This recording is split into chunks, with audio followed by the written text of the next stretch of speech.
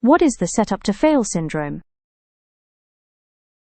The set-up-to-fail syndrome is a leadership and workplace psychology concept that describes how a boss's behavior can unintentionally cause an employee's performance to decline. Here's how it typically happens. When an employee doesn't meet expectations or begins to struggle, a boss rarely stops to question their own role in it. Instead, they often conclude, the employee just doesn't get it. They assume the person lacks motivation, can't prioritize properly, or simply refuses to follow direction. In other words, the failure is pinned squarely on the employee. It is the employee's fault, and the responsibility to fix is his too. But is it? Sure, there are cases where an employee genuinely lacks the skills, experience, or drive needed to succeed. Yet in many other cases, poor performance can actually be a reflection of the boss's behavior, not just the employee's abilities. Before this downward spiral, what experts call the set-up-to-fail syndrome begins, the relationship between the boss and employee usually feels neutral or even positive. Then, something small happens, often barely noticeable at first. Maybe a report is late, a client is lost, or the quality of work dips slightly. Sometimes, the trigger isn't even about performance. The boss might just feel less comfortable with that employee on a personal level.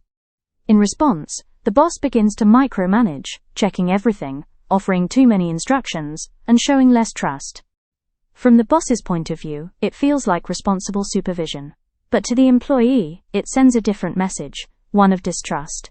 They begin to sense they're no longer part of the boss's inner circle. He starts to withdraw emotionally from the boss and from work. As this continues, the employee's confidence starts to erode.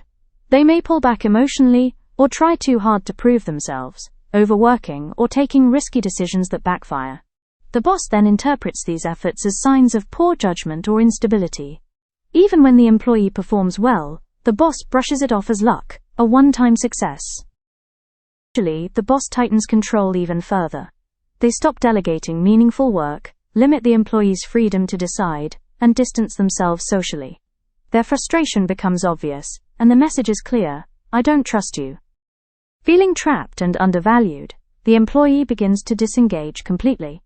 They may ignore instructions, challenge authority, or just go through the motions at work. More and more, they seek safety by doing only what's required. No initiative, no risk, no spark. In non-routine situations, they either wait for direction or avoid their boss altogether.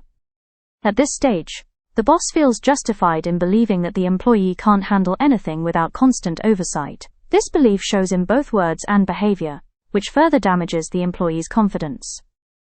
The cycle feeds itself. The boss's control causes underperformance, which then proves to the boss that control was necessary all along. When this dynamic reaches full intensity, the relationship breaks down entirely. The employee emotionally shuts down or eventually quits, defeated, angry, or exhausted. This concept is inspired by the Set-Up-to-Fail Syndrome 2002, Jean-François Manzoni, and Jean-Louis Barsu, Harvard Business School Press. For more such videos, subscribe to my channel. And don't forget to hit the like button.